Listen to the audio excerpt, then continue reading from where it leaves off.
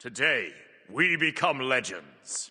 Smite 2's closed alpha 1 patch brings the launch of 24/7 access, a new god in Mordred, over 20 returning items from Smite 1, starter items with their own slot, a slew of unique mechanics changes, and more. Here's your quick patch day breakdown of everything you need to know. And if you do enjoy these quick breakdowns to catch you up on what's new, be sure to subscribe to the channel if you haven't already, as I'll be dropping these for every future Smite 2 update. Okay, so first up, from now on, all progression and item ownership will be permanent in Smite 2, so any worshippers you grind, diamonds you buy or obtain for free, and any skins or other cosmetics you get will be permanent as of the launch of CA1. In terms of currency, there is not yet an earned currency system like favor in the game, and gods will need to be unlocked by either buying a Founders Edition or through diamonds or legacy gems, but there will be a rotating pool of free gods available at any one time. Ascension Passes also launched with CA1, which are like battle passes for specific gods. These cost 900 diamonds or 450 diamonds and 450 legacy gems if you have them, and will unlock various cosmetics like the classic wave and clap emotes, global emotes, recolor skins like Onyx, Opal, and Radiant, loading frame trackers that display your kills, assists, or other god-specific things like how many enemies you've pulled in with Ares Ultimate. Some of these are free, but most of the good stuff is paid. However, you can get 225 free diamonds just for ranking up your god to Mastery 10 on the free track, and another 225 back if you own the paid track, meaning you can effectively buy Ascension Passes with legacy gems only if you complete them fully through Mastery 10, as you get refunded the 450 diamonds you spent. Moving on though, a significant visual overhaul of the environment is coming in CA1, which radically changes the graphical direction of the game to be more vibrant and stylized as opposed to the more semi-realistic approach that was being taken before.